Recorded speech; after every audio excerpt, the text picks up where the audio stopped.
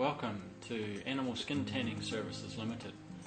This is how you tan animal skins. You can tan all sorts of skins with this process. Sheep skins, as you can see there, possum skins and make a great bedspread or cushions, calf skins, any sort of skin really. It's very easy to do if you follow this process.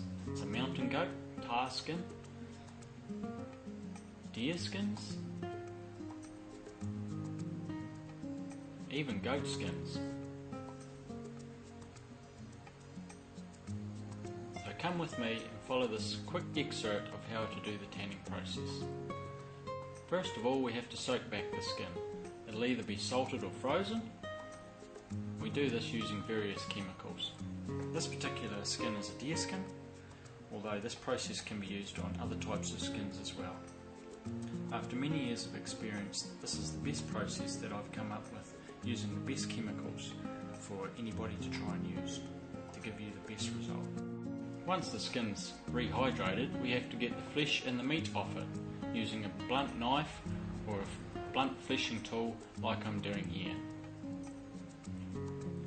Then it has to go back in and get degreased to get as much grease out of the skin as possible so the tanning chemicals penetrate properly later on.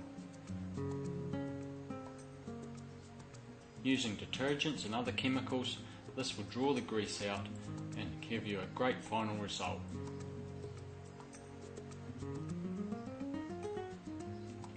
You can see here how clean the skin is and how much grease is coming out of it. And this is an important stage of the process. But if you buy the DVD at the end of this clip, you will see that you'll get this whole DVD in more detail, showing you exactly what needs to be done. This is the next stage of the process called pickling. The skin is in this solution for a few days, and this whole process probably takes about a week to do. This is a very easy process and takes very little time. In total, it's probably only 1 hour's worth of work.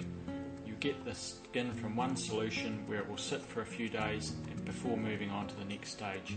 So anyone can do it, and it doesn't take up a lot of your time.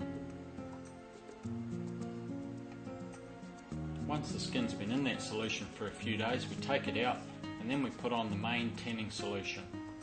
We do this by brushing it on and it soaks into the hide. This is where the really main tanning part of the process takes part, but if you haven't got the early stages done right, then your final result is not going to work out well either. Then we put a softening oil on it, brushing it on and waiting for it to soak in over the space of a couple of days. And once it's all in, then we dry the skin out. Here we are tacking it out on a board just to get it to dry and to set the shape of the skin. This is important too, so the skin lies nice and flat on your floor when you've finished it. Once the skin's dry, we give it a bit of a cosmetic tidy up with something like a sander, like I'm doing here, just to make it take all the rough stuff off that you've missed taking off at an earlier point. Or you can use a wire brush or something like that, just to help make it look a bit nicer on the back. Although you're not going to see this part when it's on your floor. So we take it off the board, just taking those tacks out. Give it a trim up, a pair of scissors to make it a nice shape.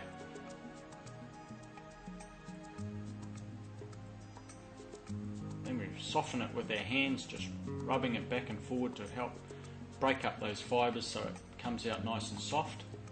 And then the last stage of the process is just to give it a bit of a brush up, tidy up the hair. And like I said, this can be for any sort of skin.